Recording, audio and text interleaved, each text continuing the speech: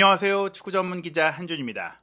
2024-2025 시즌 잉글랜드 프리미어리그 개막이 한 달 앞으로 다가온 가운데 손흥민 선수가 토트넘 허스퍼의 프리시즌 첫 번째 경기에 선발 출전했습니다. 케임브리지 유나이티드와의 비공개 평가전에 나선 손흥민 선수는 최전방 공격수로 뛰면서 멀티골을 기록한 것으로 알려졌는데요. 손흥민 선수가 어떤 선수들과 합을 맞췄는지, NG 포스테코글루 감독의 새 시즌 구상 및 영입 선수들의 활약 어땠는지 영국 현지 보도를 통해서 소개해드리겠습니다. 더불어 프랑스 명문 클럽 올랭피크 마르세유가 황희찬 선수를 향해 무려 2,100만 파운드의 공식 제안을 했지만 울버햄프턴 원더러스가 거절한 사실이 알려졌는데요. 이 과정에는 어떤 일들이 있었고 또 어떤 이유가 있었는지 여름 이적설 최신 상황까지 분석해드리겠습니다.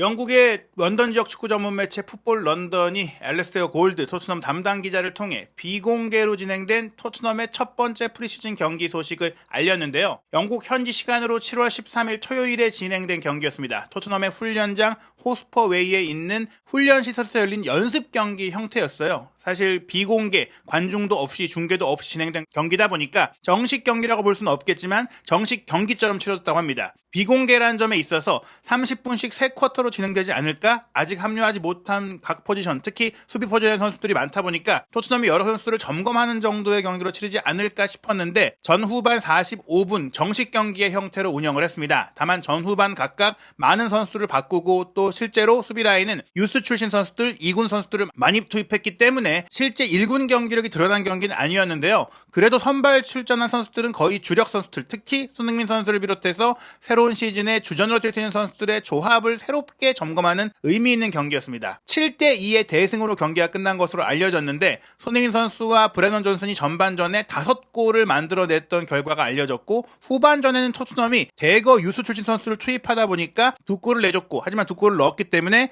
2대2 무승부, 즉 전후반 합계 7대2의 대승을 거뒀는데요. 토트넘이 프리시즌 첫 번째 경기에서 만난 팀은 지난 시즌 리그 1 잉글랜드 3부 리그에서도 18위를 기록한 사실 크게 전력이 떨어지는 팀이죠. 케임브리지 유나이티드였습니다. 이 경기에서 토트넘은 선발 출전한 선수들 대부분을 후반전에 빼기도 했고 또 후반전에 출전한 선수들도 꽤 많이 교체를 가져가면서 가용 가능한 현재 프리시즌 훈련 중인 거의 모든 선수들을 기용했다라고 하는데요. 정오에 열린 것으로 알려진 이 토트넘 호스퍼웨이 훈련단지에서의 경기는 새로 영입한 선수죠. 아치 그레이와 루카스 베리발이 토트넘 유니폼을 입고 처음 출전한 경기였다는 점에서도 주목됐고 지난 시즌 막판에 부상으로 경기를 제대로 치르지 못했던 독일 대표 출신 공격수 티모 베르너도 새로운 시즌까지 임대 기간을 연장하면서 돌아와 전반전과 후반전을 모두 소화했다라는 또 주목할 만한 부분이 있었어요. 즉 베르너에 대해서 포스테코글루 감독이 전술적인 부분 중점적으로 체크하고 어떻게 활용할지를 점검했다고 볼 수 있겠습니다.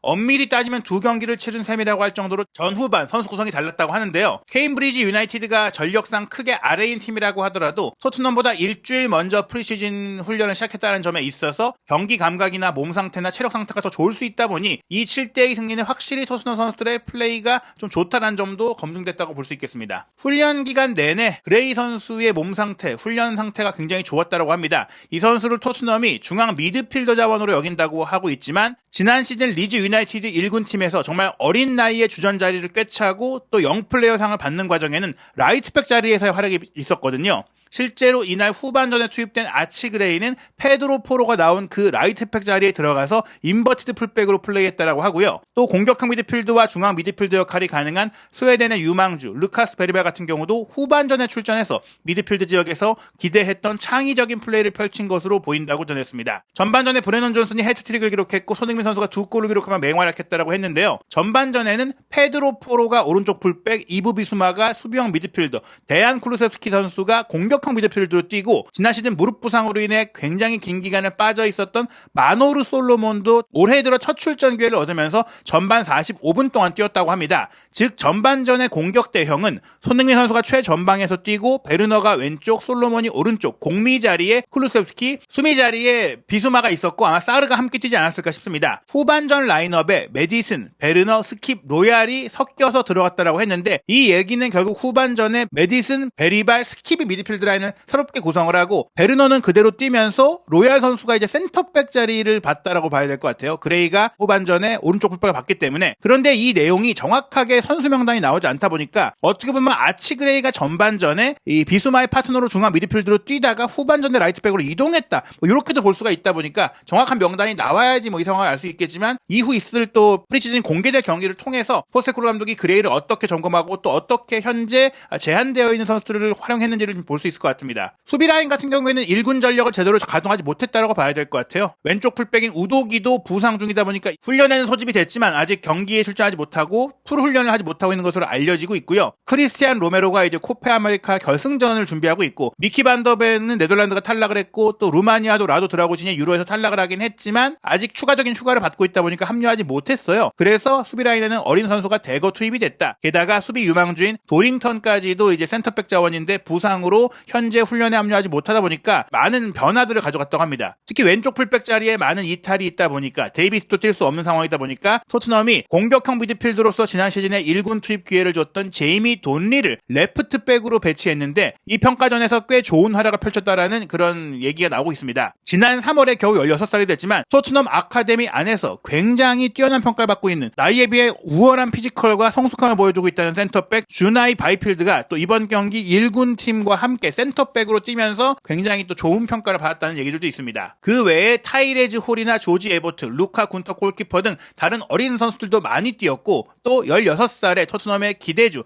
마이키 무어 같은 경우에는 후반전에 오른쪽 측면의 공격수로 교체 투입이 돼서 골까지 넣을 정도로 좋은 플레이를 펼쳤다고 하고 또 베르너가 케임브리지의 자책골을 유도해내면서 전후반 모두 뛰며 좋은 경기력을 보여줬다고 합니다. 물론 케임브리지도 수비 라인에 워낙 토트넘의 어린 선수들이 많이 뛰다 보니까 막판에 두 골을 따라오긴 했지만 그래도 토트넘이 정상적이지 않은 뭐 그런 몸 상태와 또 선수단 구성 상태에도 불구하고 무려 7골을 몰아치면서 첫 번째 프리시즌 경기를 잘 치렀다고 볼 수 있겠는데요. 토트넘은 현재 임대에서 돌아온 세르히오 레길론과 제드 스펜스도 합류해서 훈련을 함께하고 있지만 이 경기에 투입하지 않았다고 합니다. 즉 포스테코글루 감독이 이 두 선수에 대해서는 평가전조차 투입하지 않을 정도로 이적시키겠다. 자신의 플랜에 없다라는 확실한 결정을 내린 것 같고요. 후반전에는 손흥민 선수가 내려오면서 최전방 공격수로 임대를 다녀온 아르헨티나 유망주인 알레호 벨리스 그리고 토트넘 유스팀에서 성장한 데인 스칼렛이 번갈아 뛰었다라고 하는데 히샬리송이 현재 훈련에 합류해 있는 상태이긴 하지만 몸 상태가 온전하지 않은 것 같아요. 벤치에서 이제 지켜보는 모습만 확인이 됐지 실제 경기를 어느 정도 뛰었는지에 대한 부분도 확인되지 않았다. 최근에 부상 재활을 마치긴 했지만 평가전을 뛸 정도의 몸 상태는 좀 더 기다려봐야 되지 않느냐 이런 얘기들이 나오고 있고요. 아마도 토트넘의 다음 일정 영국 현지 시간으로 7월 17일에 열릴 공식 친선 경기죠. 스코틀랜드로 이동해서 치를 하츠의 이제 창단 기념 경기에 정확한 선수들의 몸 상태와 또 어떤 선수들이 어떻게 뛰고 있는지를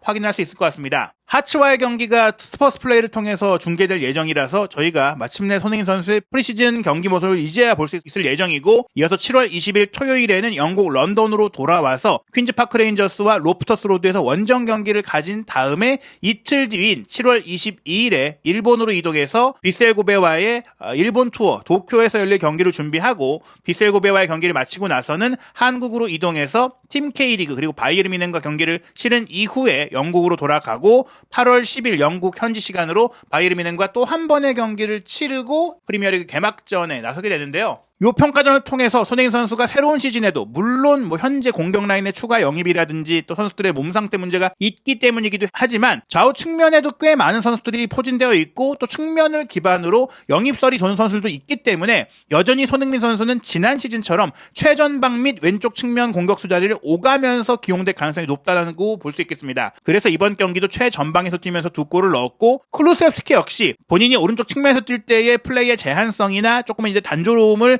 깨기 위해서 중앙 공격 미드필드 내지 가짜 9번으로 시즌 막판에 뛰었었잖아요. 지난 시즌 말미에 새로운 기회를 열었었는데 이번 경기 전반전에 쿠루셉스키가 손흥민 선수의 뒤를 받치는 공격형 미드필드로 뛴 것으로 보이고 후반전에는 메디슨이 들어와서 베리발과 함께 호흡을 맞추지 않았나라고 추정이 됩니다. 전반전에 베르너, 솔로몬, 존슨 등이 뛴 것으로 확인이 되고 있어요. 솔로몬이 오른쪽, 존슨이 왼쪽에서도 뛰고 베르너도 존슨과 시간을 나눠가면서 뛰었는지 또 무어가 후반전에 어느 시점에 들어가는지가 불분명한데 어찌됐거나 측면 자원들은 이 선수들이 차지한 것으로 보이고 미드필드 라인은 말씀드린 클루세프스키, 메디슨, 사르, 베리발, 비수마, 스킵이 출전한 것으로 보이고요. 왼쪽 풀백 돈리, 오른쪽에 포로와 그레이, 그리고 로얄이 아마 센터백으로 튀면서 바이필드나 필립스 등과 호흡을 맞춘 것으로 추정이 됩니다. 골키퍼 포지션도 지금 비카리오가 추가 휴가 중이고 또 프레이저 포스터 역시 지난 시즌에 큰 부상을 입었다 보니까 오스틴과 군터 같은 이제 후보 골키퍼 유망주들이 뛴 것으로 보이는데요. 우도기가 아직 훈련하지 못하고 있다고 하고 또 도링턴도 아직 훈련을 못하고 있다고 합니다. 한편 베리발이 지난 1월에 영입을 확정한 이후 올 여름에 합류를 하게 됐고 또 아치그레이가 올 여름 1호 영입으로 확정이 됐는데요. 토트넘 내부 사정에 정통한 영국인 에이전트죠. 폴 오키프는 자신의 트위터를 통해서 많은 토트넘 팬들의 질문에 대해서 분명히 포스테코글루 감독이 최대한 빠르게 선수 영입을 원했고 이 프리시즌 첫 번째 경기가 있기 전에 최소한 2명 정도의 영입이 이루어지기를 바랬지만 지금은 사실상 그레이 한 명밖에 오지 못했잖아요. 이 부분이 아쉽긴 하더라도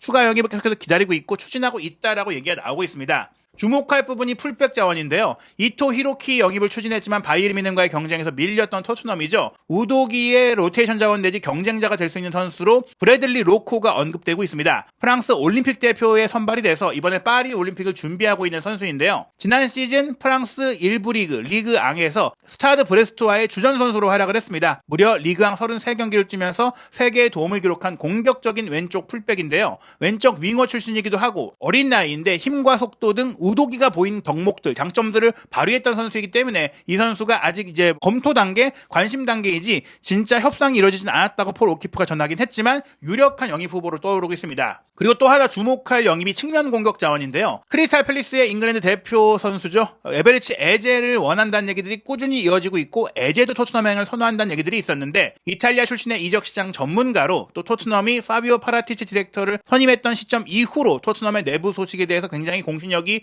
높아지고 있는 이 파브리초 로마노 기자의 최신 정보에 따르면 에제와 더불어서 울버햄튼의 포르투갈 출신 윙포워드 페드로 네투 역시 토트넘이 영입하기 위해 관심을 갖고 있는 선수로 알려주고 있습니다. 황희찬 선수의 파트너로서 지난 시즌에 좋은 활약을 펼쳤던 선수이기도 하고 또 한참 몸이 좋을 때는 맨유 이적설도 있던 선수인데요. 페드로 네투 같은 경우는 오른쪽 윙어를 주로 보이지만 왼발잡이거든요. 즉 반대발 윙어로 오른쪽에서 왼발로 잡고 들어오는 선수이고 에베리치 에제는 오른발잡이로 왼쪽에서 가운데로 접고 들어오는 선수입니다. 즉 이 두 선수의 존재는 두 선수 모두 양쪽 측면을 모두 커버할 수 있고 또 2선 중앙까지 커버할 수 있는 전천후 2선 공격수, 드리블링과 또 패스 능력, 득점력을 갖고 있다는 점에 있어서 손흥민 선수의 좋은 파트너가 될 수 있을 뿐 아니라 손흥민 선수의 역할도 할 수 있는 선수거든요. 네투 선수의 토트넘 이적설 그리고 네투에 대한 울버햄튼의 반응, 울버햄튼이 2027년까지 네투와 계약되어 있음에도 불구하고 이적을 막지 않겠다라는 의지를 보이고 있는 것은 부상의 이슈도 있긴 하지만 더 높은 몸값을 받고 팔 수 있는 선수라는 점도 있습니다. 그런데 네투를 내보내면서 황희찬 선수까지 내보낼 수 없기 때문에 울버햄튼이 마르세유의 공식 제안을 거절한 것이라고 보시면 될 것 같습니다. 울버햄튼의 소식에 정통한 울버햄튼 담당 기자로 유명하죠. 익스프레스 스타의 리암 킨 기자의 최신 보도에 따르면 마르세유가 관심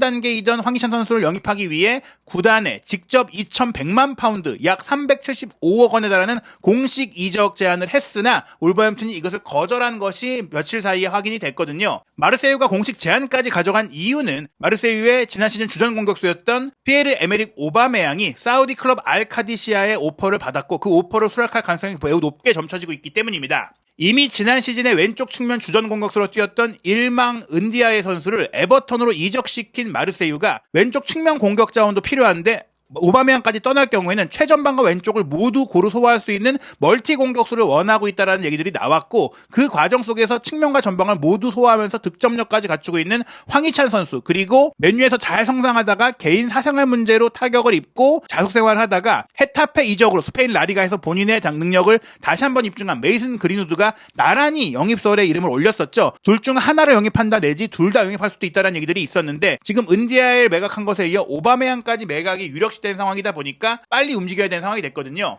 황희찬 선수를 마르세유가 원한다는 보도는 프랑스에서 최고 공신력을 자랑하는 레키프에서 보도했기 때문에 믿을만한 얘기였고 무엇보다 현재 마르세유의 회장을 맡고 있는 파블로 롱고리아가 2020년에 마르세유의 디렉터로 왔을 때부터 영입을 추진하던 선수 즉 회장이 원하는 선수인데다가 올 시즌 마르세유의 새로운 감독으로 부임한 로베르토 데체르비 전 브라이튼 감독이 황희찬 선수의 영입 추진을 또 구단 내부의 회의를 통해 승인하면서 또 마음에 든다라고 얘기를 했던 부분들 즉 회장이 원하고 또 데체르비 감독이라는 최근 각광받는 전술가가 황희찬 선수를 높이 평가하고 원한다는 것 자체가 굉장히 또 한국 선수들의 위상, 특히 황희찬 선수의 유럽 내 위상을 확인할 수 있는 부분이었는데요. 게다가 데체르비 감독은 지난 시즌 브라이튼에서 일본 대표 선수인 미토마를 왼쪽 측면 공격수로 중용하면서 이 선수의 커리어 최정점의 시간을 만들어줬기 때문에 그런 점에 있어서도 황희찬 선수가 만약에 데체르비 감독의 부름을 받아들인다면 비록 현재 마르세유가 조금 떨어져 있긴 하더라도 유럽 대항전에 나간다거나 또 선수로서 발전할 수 있는 그런 기회가 되지 않을까 이런 기대감도 있기는 했지만 음바페까지 떠날 리그왕이 지금 재정적으로도 어려움을 겪고 있고 또 리그왕의 수준 자체가 프리미어리그와 비교했을 때는 여러 면에서 크게 떨어지는 상황이다 보니까 황희찬 선수가 자신의 꿈의 무대로 여겼던 프리미어리그 또 이제 막 울버햄튼의 주전으로 자리 잡고 또 지난 시즌 두 자릿수 골을 넣었고 연장 계약까지 한 상태에서 구단이 거절하긴 했지만 황희찬 선수도 굳이 마르세유의 오퍼를 받아들일 필요성은 없다. 황희찬 선수에 대해서 마르세유가 거액의 오퍼를 했던 것, 지금 프랑스 팀들의 재정 상황이 그리 좋지 않음에도 불구하고 375억 원, 2,100만 파운드의 제안을 한 것은 말씀드린 황희찬 선수를 최전방 및 왼쪽 측면 모두 주전으로 틀 수도 있는 상황이라는 점에서 이런 제안이 왔다라고 보시면 될 것 같습니다. 다만 마르세유가 지난 시즌 리그왕에서 8위를 기록하면서 당장은 유럽 대항전에 못 나간다는 점은 여러 영입 대상에 있는 선수들을 설득하기 어려운 상황이라고 봐야 될 것 같은데요. 그러다 보니 그린우드 선수 역시 지금 유럽 이적 시장에서 큰 주목을 받고 있는데 마르세유의 제안을 받게 될지에 대해서 미지수가 있다고 보시면 될 것 같습니다. 울버햄튼 같은 경우에는 최전방 공격수로 키가 크고 포스트 플레이가 가능한 웨르겐 스트란 라르센이라는 노르웨이 공격수를 영입을 했거든요. 이 선수가 왔기 때문에 황희찬 선수는 새로운 시즌에는 이 선수와 짝을 이루면서 처진 스트라이커 내지 측면으로 이동해서 비대칭 투톱을 좀 맡는 그런 역할이 될 것 같아요. 오히려 황희찬 선수가 상대 수비의 부담을 좀 더 견제를 좀 덜 받으면서 골을 넣을 수 있는 환경이 될 수가 있다. 마테우스 쿠냐가 지난 시즌에 그런 역할을 해주면서 현재 브라질 대표 선수로도 활약을 하고 있는데 그렇기 때문에 황희찬, 쿠냐, 라르센 내지 사라비아가 있고 이런 상황에서는 네투를 매각해도 괜찮다. 네투를 매각한 돈으로 다른 포지션을 커버할 수 있다. 이런 얘기들이다. 즉 황희찬 선수는 아시아 시장에서의 영향까지 고려했을 때 울버햄튼이 절대 내줄 수 없는 선수라고 보시면 될 것 같고 실제로 울버햄튼이 새로운 시즌의 유니폼을 출시하고 프로모션 할 때도 황희찬 선수를 모델로 내세울 정도이기 때문에 황희찬 선수는 울버햄튼을 떠날 가능성이 현 시점에서 봤을 때는 거의 없다라고 보시면 될 것 같습니다. 울버햄튼은 미국 투어로 프리시즌 경기를 치르게 되는데요. 7월 28일 한국 시간으로 새벽 3시에 웨스트햄과 경기하고 8월 1일 새벽 4시에 크리스탈 팰리스 그리고 8월 4일 오전 8시 30분에는 라이프치히와 경기를 합니다. 그리고 영국으로 돌아와서 프리미어리그 개막을 일주일 앞둔 8월 10일 오후 11시에 스페인 클럽 라이오 바이에카노와 출정식 경기를 치른 이후에 8월 17일 밤 11시 아스널과 프리미어리그 개막전을 치르게 됩니다. 토트넘 허스퍼의 경기 일정도 차차 확정이 되고 있는데요. 7월 18일 목요일 새벽 3시에 하츠와 프리시즌 첫 경기를 치르고 퀸즈파크 레인저스, 빗셀 고베, 팀 K리그, 바이에른 뮌헨과 두 차례 경기 이후 8월 20일 화요일 새벽 4시에 레스터 시티와 원정 경기로 프리미어리그 개막전을 치르게 되는데요. 이어서 홈 개막전은 8월 24일 토요일 밤 11시에 에버튼과의 경기로 치르고 이어지는 뉴캐슬 유나이티드와 3라운드 원정 경기 시간은 9월 1일 오후 9시 30분으로 확정이 됐습니다. 그리고 A매치 기간을 가진 뒤후 9월 15일 밤 10시에 아스널과의 북런던 더비가 홈 경기로 펼쳐지게 됩니다. 과연 토트넘 허스퍼가 새로운 시즌에는 손흥민 선수를 어떻게 활용하고 또 손흥민 선수에게 어떤 역할을 줄지 또 올 여름 이적 시장에서 손흥민 선수와 새로 호흡을 맞추게 될 선수는 누가 될지 그리고 황희찬 선수의 새로운 동료들은 누가 될지까지 한준TV를 통해 한국인 유럽파 최신 소식 확인하시기 바랍니다.